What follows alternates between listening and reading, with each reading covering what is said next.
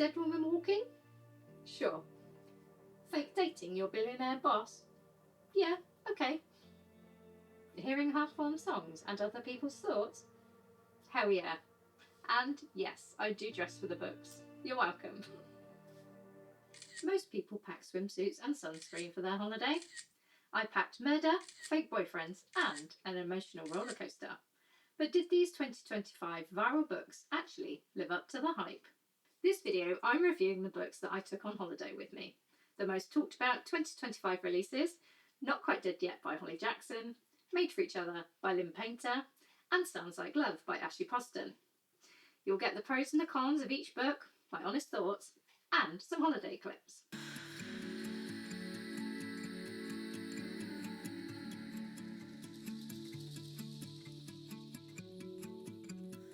Hold your breath and count underwater skies.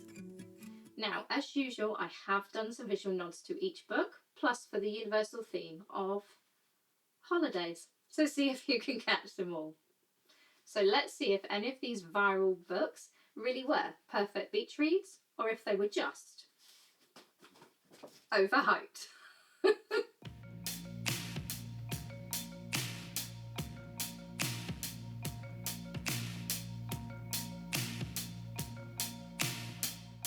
So let's start with Not Quite Dead Yet by Holly Jackson, a murder mystery where she solves her own murder. Or does she?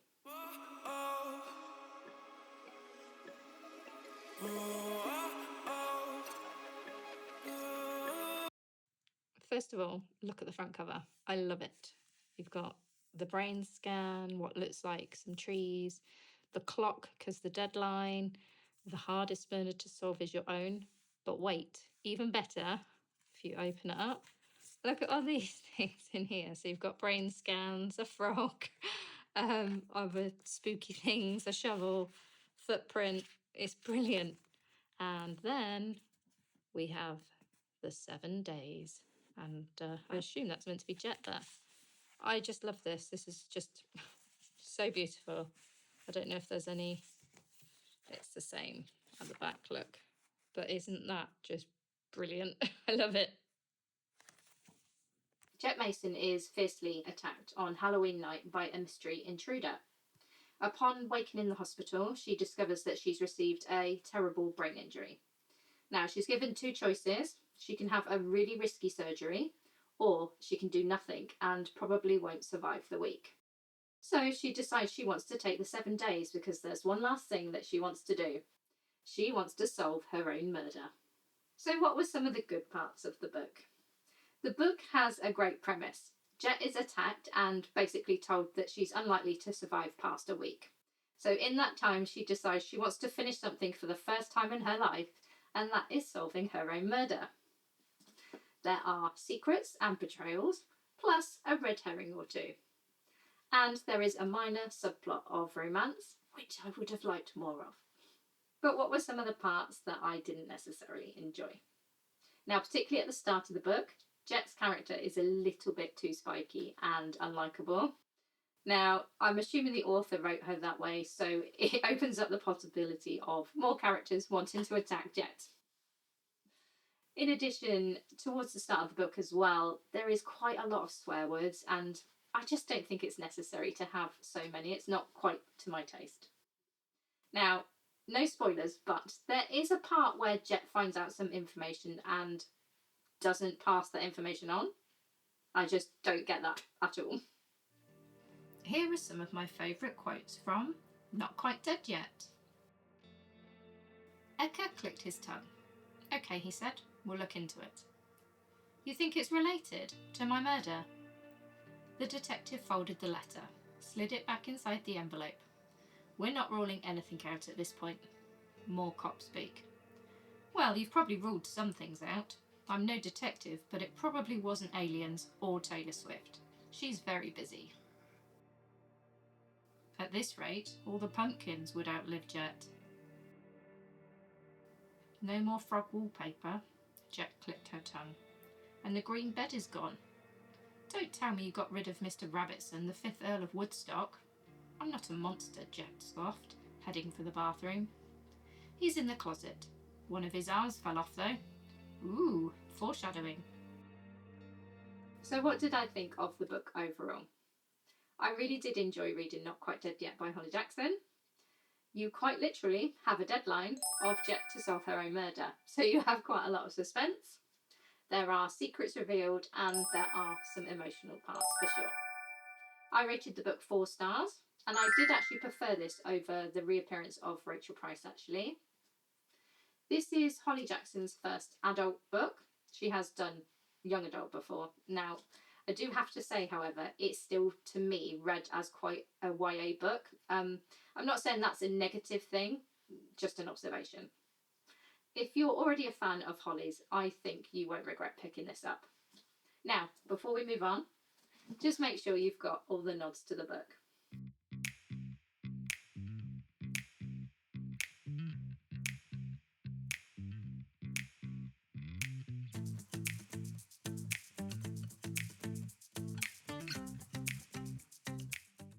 Next up is Lynn Painter's Made for Each Other. Fake dating and pure rom-com vibes? Yes, please.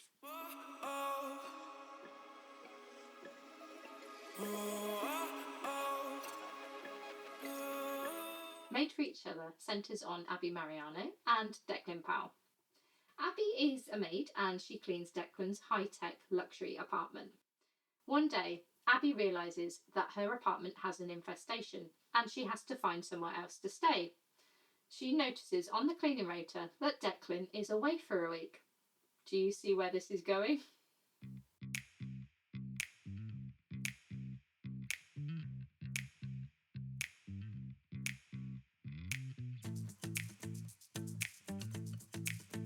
So what were some of the good points of the book? The book actually has quite a lot of good tropes in it. So you've got fake dating, different worlds, forced proximity, opposites attract, and rags to riches. I thought that the book was kind of like a mashup of the films Made in Manhattan and Pretty Woman. There is also some role playing of Abby pretending to be Declan's girlfriend as well, which kind of ties into my theory. In addition, the romance is kind of like a sweet candy floss, sugary romance. And what were some of the parts I didn't necessarily enjoy? Now, it could be seen to be a bit on the distasteful side because the deal is Abby will be paid to pretend to be Declan's girlfriend. Now, I'd like to point out, I don't think that. I mean, it is fiction after all. In addition, with the romance side, it's a bit on the shallow side. There's not a lot of depth to it. It is very candy flossy, sweet, but it's not going to fill you up. Here are some of my favourite quotes from Made for Each Other. There were a lot of attractive men out there, but this man had to be the one they were inspired by. I swear to God, I've never experienced a kiss like that. It was dangerous, especially when every cell in my body vibrated at the thought of more. She laughed and patted me on the shoulder as she walked past me, leaving a waft of something floral but vanilla that I was worried would be my new favourite scent. Overall, I flew through Made for Each Other by Lynn Painter. It felt like a real sweet, sugary sort of rom-com, and I am a sucker for a rom-com. I rated the book 3.25 stars, and fans of Lynn Painter will absolutely eat this book up.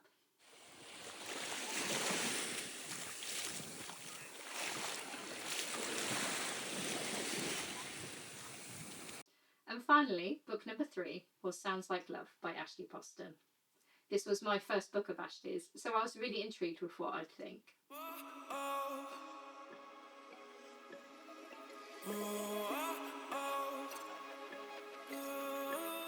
Joni Lark is a songwriter, but she's feeling pretty empty inside. She feels quite disconnected from life and she can't get any inspiration to write her songs. That is until one day she starts to hear a half-formed song in her mind, but not only that, someone else's thoughts too. Is it someone that she's met before? So what were some of the parts I liked about the book? First of all, this book is like a love song to music. Joni is a songwriter. Joni Lark is her full name, and a lark is a songbird. Her family owns a music hall. The titles of the chapters are real song titles. And as someone who actually feels quite a deep connection to music, it was really nice to see all these little nods to music in the book, and it made it really lovely to read. I also really liked how the other characters rounded out the story, and especially her mum, Joni's mum, that is. You can actually feel her joy and her personality, her passion radiating throughout the book.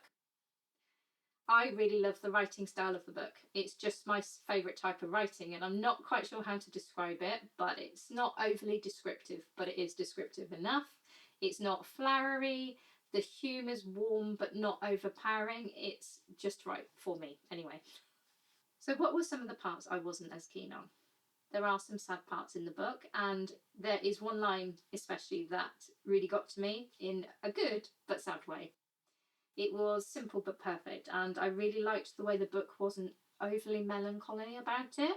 There is actually a lot of gentleness in the way that it's written, and I really liked that. The author's notes in the back of the book as well mention some personal experience with something that happens in the book, so you'll get more of an understanding of where she got the inspiration from the book from. Here are some of my favourite quotes from Sounds Like Love. There were songs you made special. Songs for first dances, songs for funerals, songs for heartbreak and forgetting. And then there were the songs that made you. When there was music in this place, it felt alive. Those bricks hummed, those steel beams swayed, the floorboards creaked like a heartbeat. If this place didn't have some sort of soul, then it had mine. I'd rather be alone than surrounded by people who just want something from me. Good love songs made you want to fall in love. In summary, Sounds Like Love was a really enjoyable book to read. This was my first book of Ashley's that I've read, but I do have more on my TBR. She's quite renowned for magical realism in books, and this book is exactly the same. What surprised me about the book was the depth and the emotion within the book, but not only that, the humour, the music references, and the romance. I rated the book 4.25 stars, and I can definitely say I'm excited to read more of her books now.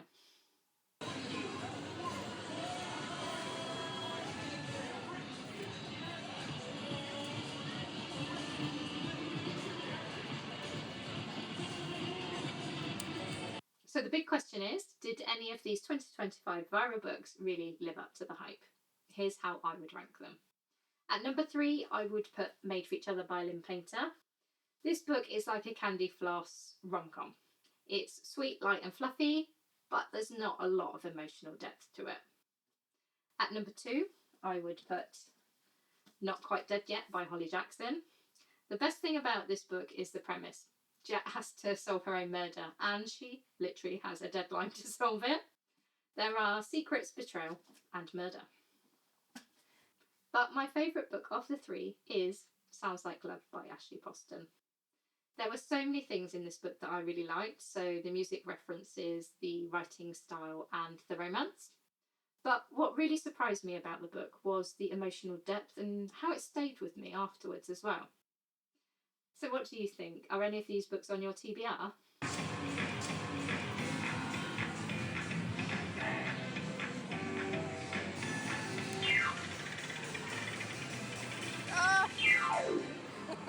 Now before we go, let's go through the nods of each book, but before that, the universal theme of holidays. So the first one was the seasidey picture, the sunglasses, the sun hat, and the sun and the palm tree.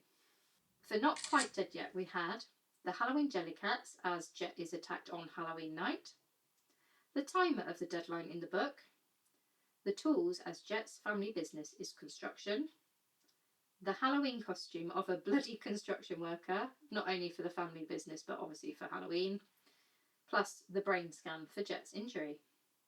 For Made for Each Other, we had the red wig, the maid costume and feather duster for Abby's job, the car as Declan has a nice car, and the treasure chest as Declan is wealthy. And finally, for Sounds Like Love, we had these nods.